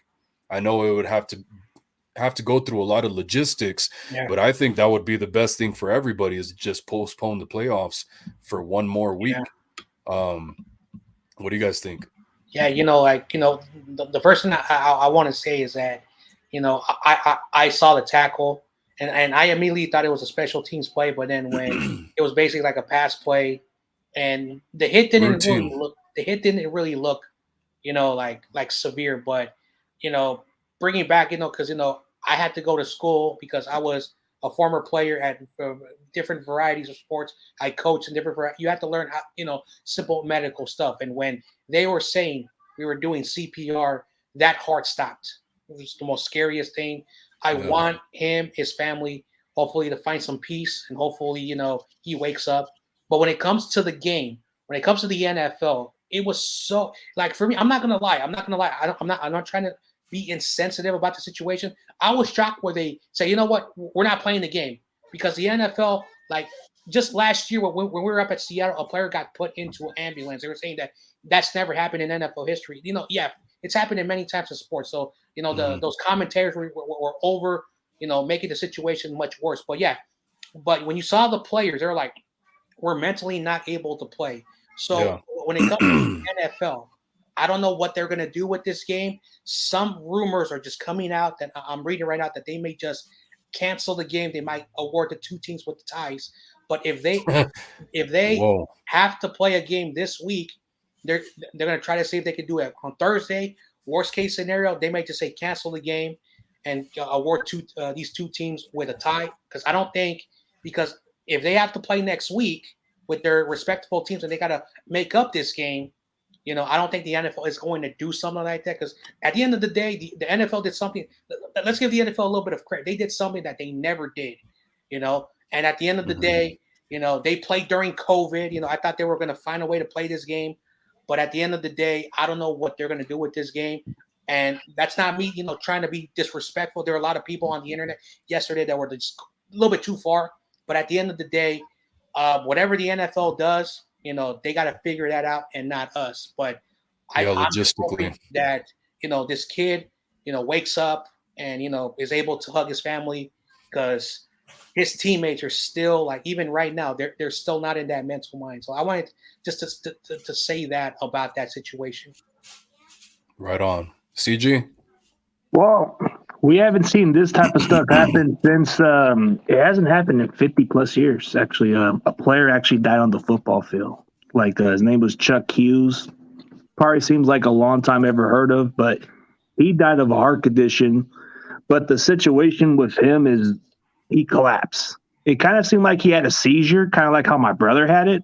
And that can be concerning, how the health is. And for him to go through that, that's tough, man. And I don't know if it should end as a tie, but it might have to be smart on their part to even just tie this game, because it didn't get finished, and get it on to the next week. But for this kid, we just got to hope he makes it through. We're hoping for this guy to recover, and, we're rooting for this kid. I mean, the guy had, and then people are going to blame T. Higgins for that collision play, bro. That was not his fault. Like, he was just making a catch. But I've seen some people blaming stuff on this guy. There are some clowns in this world, man. Funny people. Mm-hmm. But yeah, I mean, no matter where, like, if you put it on Thursday Night Football, we have seen the NFL make like Monday Night Football double headers this season, which kind of caught me off guard. But hey, they made it work. I could see that happening on a Thursday night, but then they would have another really short week. Like the Bengals would play again on Monday, so they'd play Thursday and Monday. So maybe how you guys are saying, maybe the tie is the best thing for the situation. Who knows? Gives them a little more time to soak in what just happened, and kind of focus on him and the family as well too. Take their flowers and stuff like that. But we've got 49er minded. Bashar is in here. He says Wolf always with the one-liners. It just comes naturally, bro. Thanks for being here. Appreciate it. Eric Wallace in here, Seahawks fan. Thanks for being here, brother. Good to see you in here as always. Wolf bringing the comedy. We got to, man. That's how we do it in 49ers community, huh, guys? Randy Daytona said that'd be a mess. Commercials are paid for already, time slots, ratings, but that'd be awesome. That's what I'm saying. Logistically, it makes no sense. The NFL would most likely do the tie scenario just because both teams agreed to not play. So that's almost like a formal, not disqualification, but a formal, like a no contest almost. Basically, it's a no contest. And not only that, logistically, the NFL wants to save money because they want it in their pockets. So they would have to pay for everything to get set up right back again. So I think it's going to very well go that route that you guys are saying with the tie for each team. We're getting close to the 2-hour mark. Yeah. You guys got any final thoughts? I'll probably have to do another show earlier in the day tomorrow because I do have a show tonight with Pete Lucas on Niner Fanatic Podcast. So you guys go check me out over there tonight at 7 p.m. Pacific. Guys, everybody go check us out over there. Like and subscribe over there. Go check his stuff out. Would really appreciate if you guys tune in and give us a shout out. But John J, CG, do you guys got any thoughts you want to go over real quick? Yeah, I'm actually also gonna dip out. I got some stuff to do in a little bit, but it's always great for having me on. One last thing I do want to say is back to the Buffalo Bills player. I want to just like I did in my show earlier, is that we may be invested in our team. We may criticize we may not like certain players on our team. We may over criticize, but these are human beings. And there's a player right now who's in an ICU. I want him to wake up. That's who I am as a human person. I put my football allegiance aside to see this kid up. And we have to realize there are kids right now who are going to dedicate themselves for the next 10 years. In 10 years, they'll be in the draft. They're putting their bodies on the line. These are young kids entering high school and college, trying to be, in the NFL. and some of these players, work their butts off. They're human beings. CG knows this. I know this. We worked our butts off to play the sports that we played in, and there were moments that we were forced to leave the game because we got hurt. And I just want this kid to just be woken up, even if he's unable to play football, as long as he's breathing and as long as he's with his family. So I just want to wish him prayers, and hopefully we hear some good news in the next day or so. Yeah. I mean, it's pretty speechless to see this going on, and it's never been in a situation where they canceled the game. But as far as that was the right move they did, because these players didn't seem like they wanted to play. They were just too thinking of him. And I got to give a shout out to these Cincinnati Bengal fans and those other the fans, the opposing fans. They went to the hospital to go check on this guy. Like, it talks a lot about a football community, dude. Like, I don't care what team you play for, football aside, if you're a human being and your life's on the line, bro, I know what it's like because I've seen it happen with my brother and he didn't make it, but I know what it was like. And I experienced it myself, and I experienced it from as a human being. You always want that person to make it through. Yeah, it re-triggers. It gives me the flashback of my brother. Actually, seeing what happened on Monday night, it reminds me exactly what happened to my brother. The way he fell, similar, bro. It kind of just, in a way, it kind of makes me feel like in tears, bro. Like, I just keep, like, when I saw that, I'm like, that's exactly what happened to my brother. Yeah. Like, it was either seizures or something that kind of happened to his heart condition. Exactly, man. Yeah. Lowell Cone, Grant Cone's dad, was talking about that too, and he asked the question. That's kind of what I said. It re-triggers all of us that have been through something in a similar situation like that, and we understand what that family's going through. So definitely an emotional time. Want to give prayers out to Jeremy Renner as well, guy that plays Hawkeye on the Avengers. He's also in critical condition, but stable. He has a very similar situation going on. Thanks everybody for being here. Let me see. There was one more question I was going to ask you guys, but I guess we'll just close out, man. I really appreciate everybody being here. Raphael 5629er reminding me again, please everybody like and subscribe. I really appreciate you guys. Please, I would really appreciate that. Go check these guys out too. Here's their names right here. And John Jay changed his 49ers Ultimate Report. But go check out 49ers Ultimate Report and CG Ruthless 49ers Talk.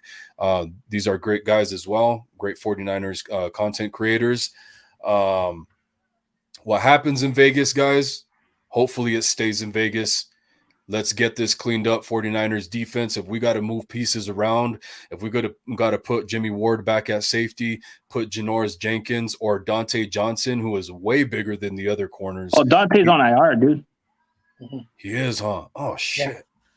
No, all we have is Avery Thomas, and then we just got Janoris Jenkins. And I completely forgot about that. He got hurt in practice, huh? Yeah. No. It was during the – was it – no, it was in the – it was practice because he was on the practice squad.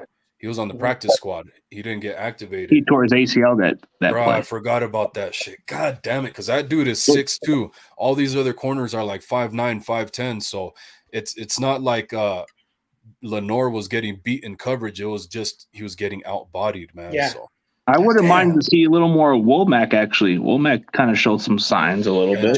Janoris Jenkins, 5'9". too. He's also 5'9". Well, he's the same size as Lenore, so. No, actually, Lenore's 5'11", but the point of, like, Avery Thomas, we've seen what he can do, but I don't know, man. Yeah. Both Womack and Lenore are listed at 5'10". Yeah. And Janoris Jenkins, too, but Janoris Jenkins is a veteran. Yeah, he's a veteran.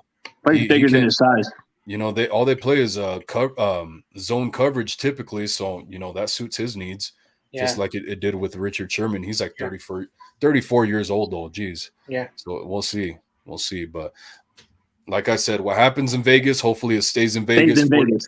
49ers get this cleaned up before the playoffs. Hopefully you guys were kind of just taking a day off because you want to stay healthy for the playoffs. But yeah, man, high hopes, high aspirations. We'll be talking more. I still have a lot more content to go over. So guys, everybody go check us out on Niner Fanatic podcast tonight at 7 p.m. Pacific. I'm going to try and post the link in my community tab on one of my posts on YouTube. So you guys can just go ahead and click the link directly to the video.